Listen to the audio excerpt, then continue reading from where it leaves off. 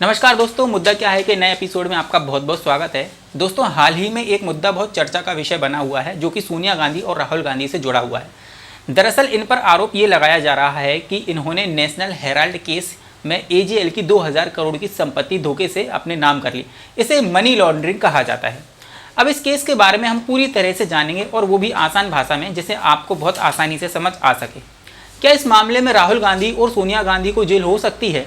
जिस national Herald अखबार से जुड़े मामले में सोनिया और राहुल को ईडी ने समन भेजा है, उसे 1938 में जवाहरलाल नेहरू ने 5000 स्वतंत्रता सेनानियों के साथ मिलकर शुरू किया था।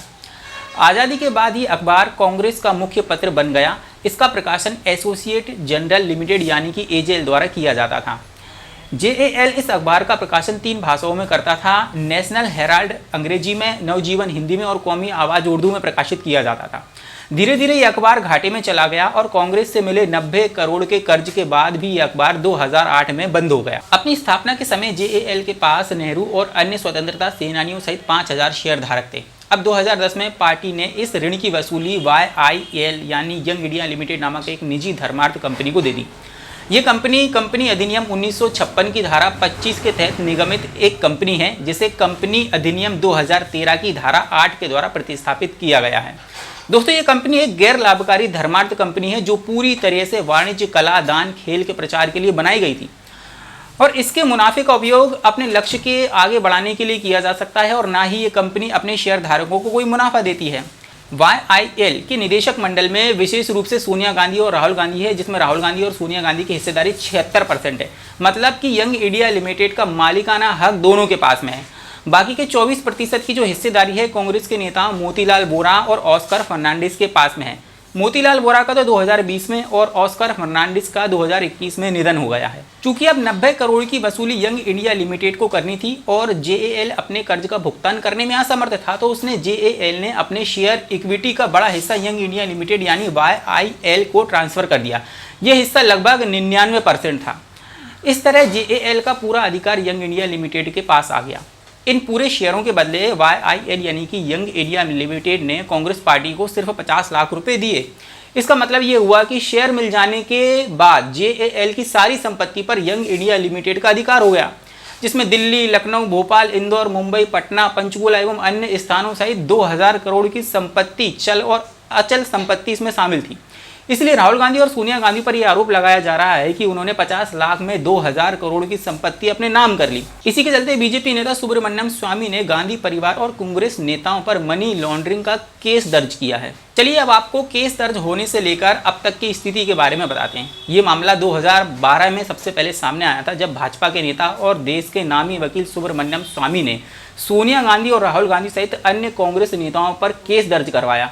अब 2012 में यूपीए की सरकार थी, आप समझ रहे हैं, 2012 में यूपीए की सरकार थी। इसी बीच सत्ता परिवर्तन हो जाता है और 2014 में केंद्र में बीजेपी की सरकार आ जाती है और इस मामले की जांच प्रवर्तन निदेशालय यानी ईडी द्वारा शुरू की जाती है और सभी को समन भी जारी किया जाता है। ईडी ने स्वतः संज्ञान लेते हुए मनी लॉन्ड्रिंग का केस दर्ज किया है। फिर 19 दिसंबर 2015 में दिल्ली में पटियाला कोर्ट ने सोनिया गांधी एवं राहुल गांधी समेत सभी को जमानत भी दे दी थी।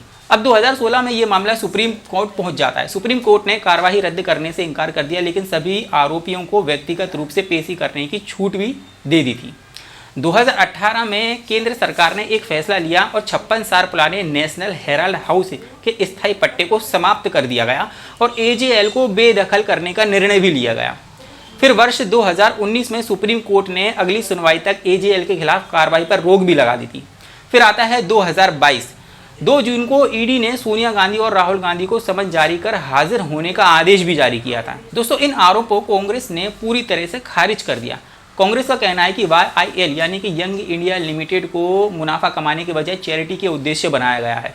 कांग्रेस का यह भी कहना है कि यंग इंडियन लिमिटेड द्वारा किया गया ट्रांजैक्शन फाइनेंशियल नहीं बल्कि कमर्शियल है। कांग्रेस के मनु सिंघवी का यह कहना है कि प्रॉपर्टी का केस या कोई ट्रांसफर जब हुआ ही नहीं है तो मनी लॉन्ड्रिंग का केस कैसे बन सकता है।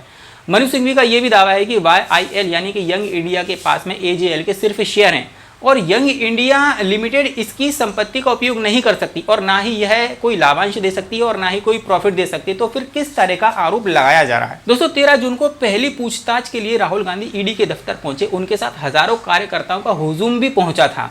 इसमें सीएम अशोक गहलोत थे, भूपेश बघेल थे, दिग्विजय सिंह थे, सचिन पायलट थे, रणदीप सुरजेवाला जैसे कई बड़े नेता इसमें शामिल थे, जिन्हें ईडी के दफ्तर के बाहर 1 किलोमीटर के पहले ही रोक लिया गया था। कहने को भारत एक लोकतांत्रिक देश है और अगर कोई शांतिपूर्ण तरीके से विरोध प्रदर्शन करना चाहे तो उन पर लाठियां चार्ज की जाती हैं, उन्हें सड़कों पर घसीटा जाता है, जेल में भी डाल दिया जाता है। कांग्रेस का यही कहना है कि हम ईडी के विरोध में शांतिपूर्ण तरीके से प्रदर्शन करना चाहते थे, जिसे कांग्रेस ने सत्याग्रह का नाम भी दिया था, लेकिन हम पर लाठीचार्ज किया गया, हमें घसीटकर इन्हें जेल में बंद भी कर दिया गया।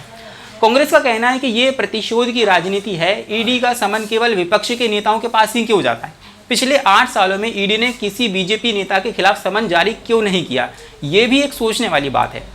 अगर बीते 8 सालों में इस केस में ईडी ने कार्रवाई क्यों नहीं की? क्योंकि 2024 में चुनाव है और चुनाव के पहले सत्ता पार्टी प्रतिशोध की राजनीति कर माहौल बनाना चाहती है।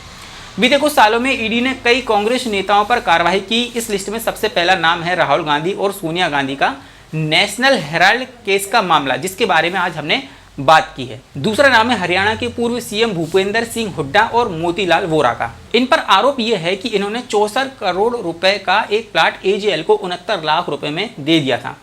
इस लिस्ट में तीसरा नाम है कर्नाटक के पूर्व मंत्री डीके शिवकुमार का। इन पर टैक्स चोरी करने और आय से अधिक संपत्ति रखने का आरोप है। आईएनएक्स मीडिया का मामला तो आप लोगों को याद ही होगा, जिसमें पी चिदम्बरम के बेटे कार्तिक चिदम्बरम पर यह आरोप लगाया गया था कि उन्होंने आईएनएक्स मीडिया को फॉरेन इन्वेस्टमेंट प्रमोशन बोर्ड यानी कि FIPB से मंजूरी दिलाने के लिए रिश्वत ली है।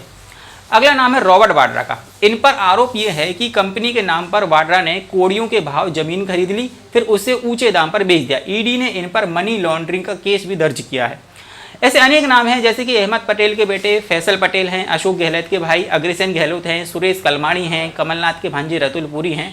ऐसे कई नेताओं और उनके परिवार वालों पर ईडी ने कार्रवाई की है, लेकिन बीजेपी के किसी नेता पर और परिवार वाले पर ईडी ने कोई कार्रवाई नहीं की। दोस्तों, ईडी केंद्र सरकार की एक अकेली जांच एजेंसी है, जिसे मनी लॉन्ड्रिंग के केस में नेताओं और अफसरों पर मुकदमा चलाने के लिए सरकार की अनुमति लेना जरूरी नहीं है। ईडी छापा भी मार सकती है, प्रॉपर्टी भी जब्त कर सकती है। अगर ईडी स्वतंत्र एजेंसी है तो एक ही पार्टी के नेताओं पर कार्रवाई क्यों? इन सब के पीछे आपको प्रतिशोध की राजनीति नहीं लगती? और अगर लगती है तो आपकी क्या राय है, ज़रूर हमें बताएं। चलो तो फिर मिलते हैं किसी नए एपिसोड में, आपसे मुलाकात करेंगे। जब तक के लिए जय हिंद और धन्यवाद। चैनल को सब्सक्राइब करना बिल्कुल भी ना भूलें और बेल आइकन को दबाना बिल्कुल भी ना भूलें।